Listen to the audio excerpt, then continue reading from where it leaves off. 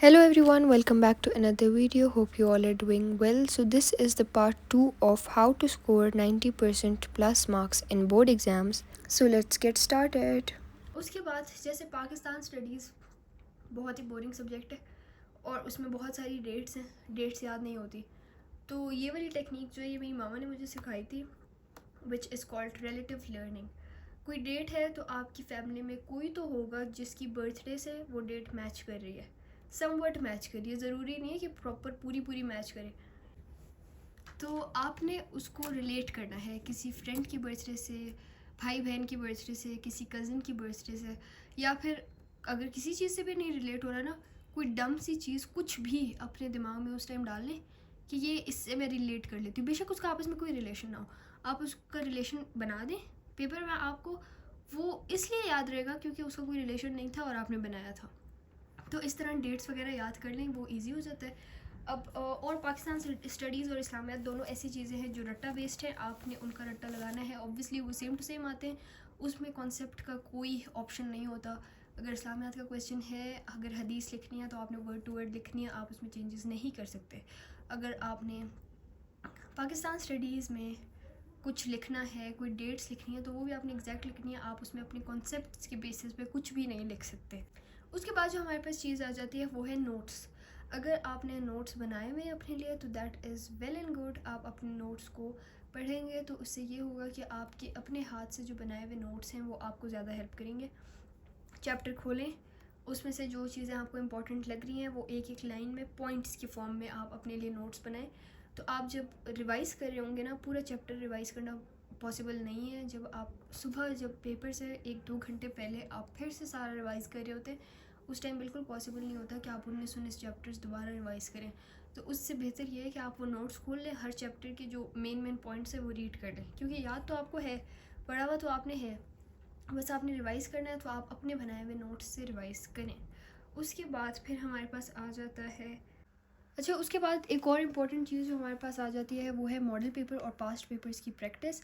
9th class के जो बच्चे हैं उनके पास पास्ट पेपर्स नहीं है क्योंकि उनका सारा कोर्स चेंज हो गया है। 10th और फर्स्ट ईयर सेकंड ईयर सब के पास मॉडल पेपर्स हैं। फर्स्ट ईयर का भी कोर्स चेंज हो गया, उनके पास भी पास्ट पेपर्स नहीं है। तो 10th और सेकंड ईयर पास्ट पेपर्स भी करें और मॉडल पेपर्स भी करें, जबकि जो 9th और फर्स्ट ईयर है वो मॉडल पेपर ले और एक ऐसे कमरे में बैठे जहाँ पे कोई डिस्ट्रैक्शन ना हो और बहन भाई कोई कज़न्स वगैरह कोई आपको तंग ना करे।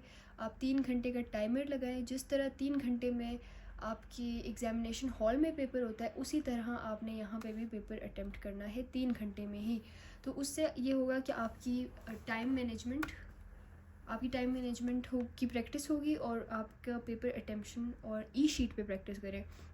ई शीट आपको वेबसाइट पे मिल जाएगी, प्रिंट करा लें, it's not a big deal. और आप उस ई शीट पे प्रैक्टिस करें ताकि ये जो गलत जगह पे अटेम्प्शन वाला मसला है ये भी ना आए। आगे नेक्स्ट पॉइंट हमारे पास आ जाता है, जो क्वेश्चंस आपको पहले बहुत अच्छी तरह आते हैं, जैसे ही आपने पेपर देखा आपको पता चल गया कि ये जो क्वेश्चन है ये तो मुझे आता है, ये भी मुझे आता है। तो जो क्वेश्चंस आपको आते हैं, जो एमसीक्यूज़ आपको आते हैं, जो भी आपको आता है, पहले आप वो क्वेश्चंस अटेम्प्ट करें।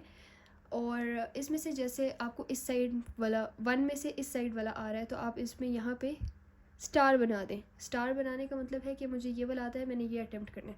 पहले पेपर को रीड करें, कंप्लीट पेपर को। कभी भी ये नहीं करना कि आपने फर्स्ट क्वेश्चन रीड किया, फर्स्ट क्वेश्चन ही अटेम्प्ट करना स्टार्ट कर दिया। पूरे पेपर को रीड करें।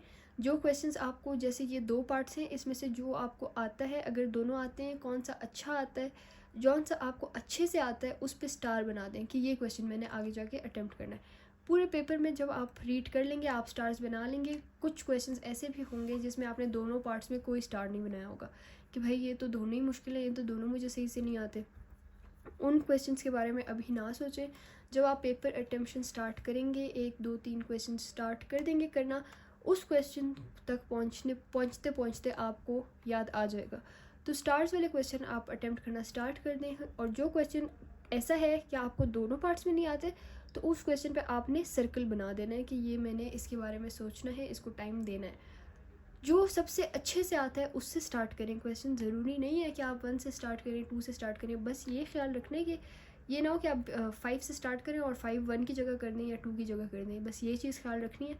ऊपर से जब आप एक बार कर लेंगे तो आपने टिक लगा देना है, उस क्वेश्चन पर टिक लगा देना है। उसके बाद जब आप रीचेक करेंगे तो आपने क्या क्या चीज़ें रीचेक करनी है कि आपने क्वेश्चन 2 का पार्ट 1 इसी जगह पर किया है, गलत जगह पे तो नहीं किया, सही क्वेश्चन अटेम्प्ट किया है, गलत पेज पे तो नहीं किया, और क्वेश्चन रीड करें, आंसर रीड करें, सही किया है तो उसके बाद डबल टिक लगा दें। डबल टिक का मतलब है कि ये क्वेश्चन मैंने बिल्कुल सही किया है, ये हो गया, अब नेक्स्ट क्वेश्चन।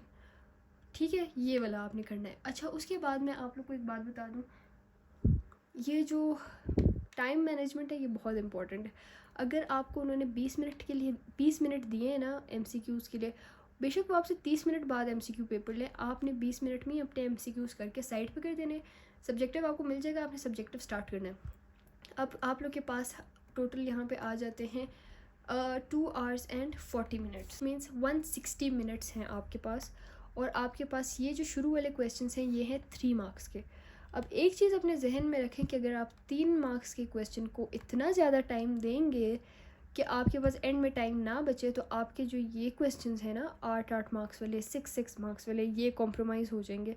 इसमें आपके पास टोटल मार्क्स बन रहे हैं 20, 4 क्वेश्चंस के 20 मार्क्स बन रहे हैं, विच मीन्स कि आपने इसको टाइम देना है, लेकिन उसको भी उसका टाइम देना है। लॉन्ग क्वेश्चंस को अच्छा खासा टाइम चाहिए होता है, ये ना हो कि आप शॉर्ट क्वेश्चंस पे बैठे रहें, 30 मिनट में आप एक क्वेश्चन कर रहे हैं, 20 मिनट में, ऐसे नहीं होता। आपने 4 से 5 मिनट में एक क्वेश्चन करना है, ये इसमें इतनी जगह होती है, ये क्वेश्चन इतना ही होता है, इतना लंबा नहीं होता कि आप उसको बहुत ज़्यादा लंबा कर दें। जैसे आपके पास 160 मिनट्स थे, which means 2 hours and 40 minutes। 2 hours and 40 minutes बहुत बड़ी चीज़ है, लेकिन आपको मैं एक बात बता दूँ, ये जो 4 लॉन्ग क्वेश्चन हैं ये 1 घंटे में नहीं हो सकता, इसको आपने ज़्यादा टाइम देना है, विच मीन्स कि आपने इसको 1.5 hour देना है। और ये जो क्वेश्चंस हैं ये 11 के 11, इसको आपने 1 hour देना है, या फिर मैक्सिमम इसको 1 hour 15 minutes दे दें, और इसको भी 1 hour से ऊपर देना है, क्योंकि इसमें हर क्वेश्चन के 2-2 पेजेस हैं, तो ये एक क्वेश्चन इनके 4 के बराबर है। तो यहाँ पे आपने जैसे 5 to 6 मिनट्स में एक क्वेश्चन अटैम्प्ट करना है, और यहाँ पे आपने 20 मिनट्स में एक क्वेश्चन अटैम्प्ट करना है। उसके बाद आपने नेक्स्ट क्वेश्चन की तरफ जाना है। अगर आपको लगता है कि ये पेज अभी भी बच रहा है, मेरे पास टाइम नहीं बचेगा, जैसे क्वेश्चन नंबर 3 है फॉर एग्जांपल, चलें 5 कर लेते हैं। जैसे क्वेश्चन 5 है, आपने 1.5 पेज कर लिए, और थोड़ा सा आपको लगता है कि और भी ऐड कर देना चाहिए तो मुझे मार्क्स अच्छे और मिल जाएंगे, तो आपने उसमें ये करना है कि आपको पता है ना, आपने 1.5 पेज क्वेश्चन 5 के लिए लिख दिया है, और अभी आपका जो क्वेश्चन 6 है वो पड़ा हुआ है, लेकिन टाइम बहुत कम है, आपके पास 15 मिनट्स है, तो आप जाएं क्वेश्चन 6 शुरू करें। क्वेश्चन 6 शुरू करें, और क्योंकि उसके भी 6 मार्क्स हैं, 4 मार्क्स हैं, वो भी इम्पॉर्टेंट है। आपने क्वेश्चन 6 शुरू करना है, उसको अटैम्प्ट करते जाएँ। एक पॉइंट पे जब आपको पता चल जाएगा कि चलो क्वेश्चन 6 भी हो गया, तो फिर आप वापस क्वेश्चन 5 पे आएँ, और जो आपको एक्सेस पार्ट लिखना था वो लिख लें। अपने लिए टाइम छोड़ना है आप लोगों ने रीचेकिंग का, वो बहुत इंपॉर्टेंट है। 9th के बच्चों के लिए एक स्पेशल टिप ये है कि आप लोगों ने अपने नर्व्स पे बहुत काबू रखना है, क्योंकि मुझे पता है फ़र्स्ट टाइम आप लोग बोर्ड का पेपर दे रहे हैं, बोर्ड का पेपर देखते साथ ही हार्ट बीट्स आसमान पे होती हैं, तबीयत ख़राब होना शुरू हो जाती है, नौजिया होना शुरू हो जाता है, कुछ बच्चे रोना शुरू कर देते हैं। सुपरिटेंडेंट्स और सब जो लोग होते हैं वो कहीं और के होते हैं, और आप उनको जानते नहीं हो। पहले पेपर में तो बहुत क्योस क्रिएटेड होता है, तो आपने अपने नर्व्स पे काबू रखना है, ये कोई इतनी बड़ी चीज़ नहीं है। ये जो पेपर है आपने यही सोच के जाना है कि मुझे आता है। अगर आप अपने बैक ऑफ माइंड में यही रखेंगे कि मुझे आता है, फिर ही आपको आता होगा। अगर आप ये सोच के जाएंगे कि मुझे तो पेपर नहीं आएगा, ये तो बहुत ख़तरनाक पेपर आएगा, मेरे तो मार्क्स अच्छे नहीं आएंगे, तो फिर नहीं आएंगे अच्छे। आप जैसा सोचेंगे वैसा ही होगा। तो आप लोग कॉन्फिडेंट रहें, अपने आप को एंजाइटी वगैरह से बचाएं, बहुत अपने आप को कंट्रोल करें, अपने नर्व्स पे काबू रखें। अब हम रिलीजियस साइड पे आ जाते हैं। मैं पेपर से पहले एक रात पहले इशा की नमाज़, जैसे सुबह पेपर है तो इशा की नमाज़ में मैं 2 रकात सलात हाजत के नफल पढ़ती थी, और उसके बाद पेपर के से आने के बाद 2 रकात शुक्राने की पढ़ती थी। तो आपने ये रिलीजियसली इस रूटीन को फॉलो करना है। आपने ये 2 रकात पहले और 2 रकात बाद में पढ़ने हैं। आप लोग तो लकी हैं कि आप लोग के पेपर्स रमज़ान में हैं, तो आप लोग तहज्जुद भी पढ़ सकते हैं, और तहज्जुद में भी अपने लिए दुआ किया करें। इंशाल्लाह आप लोग का पेपर बहुत अच्छा होगा। पेपर स्टार्ट होने से पहले आपके जितनी कल में हैं दुआएं हैं आप वो पढ़ें, और उसके बाद आप अपने ऊपर फूकें और अपने पेपर पे एंड बी रिलैक्स्ड, कुछ नहीं होगा, it's just an exam, don't worry. आपने अच्छे नंबर अगर लेने हैं, आपने अपने आप पे काबू रखना है, बहुत ज़्यादा पैनिक नहीं होना। एक और चीज़ जो हमारे पास बहुत इंपॉर्टेंट आ जाती है कि बच्चे वहाँ पे जो लोग होते हैं ना, सुपरिटेंडेंट, डिप्टी सुपरिटेंडेंट और इन्विजिलेटर्स, उन पे बहुत ट्रस्ट करते हैं। उनको बुलाते हैं, मैम ये नहीं आ रहा, वो कुछ भी रैंडम बता दें कि ये लिख दें, बच्चे लिख देते हैं। बात सुने मेरी आप लोग, वो जो होते हैं ना लोग, वो आपके सब्जेक्ट टीचर्स नहीं होते। मेजॉरिटी जो आए हुए होते हैं ना, वो लैब असिस्टेंट्स होते हैं या फिर वो नॉन टीचिंग स्टाफ होते हैं, वो पढ़ाते नहीं हैं। तो उनको नहीं आता होता, उनसे मत पूछा करें। बस उनको भी अपनी ईगो हर्ट होती हुई नज़र आ रही होती है कि अगर वो बच्चे को बोल दें कि मुझे नहीं आता, या तो वो ये करते हैं कि साथ वाले किसी भी रैंडम बच्चे से देख के आपको बता देते हैं कि अच्छा ये लिख दो। अब आपको क्या पता कि उस बच्चे ने सही लिखा है या नहीं। तो बस आप लोगों ने उनसे नहीं पूछना, और ओवरऑल आप लोगों ने अपनी नींद का ख्याल रखना है and you have to believe in yourself. कुछ नहीं होगा, पेपर इंशाल्लाह बहुत अच्छा हो जाएगा।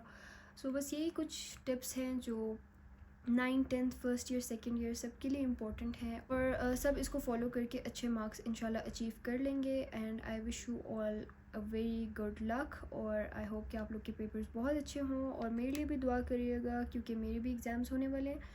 So this was it for today's video. I hope you all liked it. Please like, share and subscribe. Till next time, Allah Hafiz. And don't forget to comment. आप लोग के comments मुझे बहुत ज़्यादा motivate करते हैं.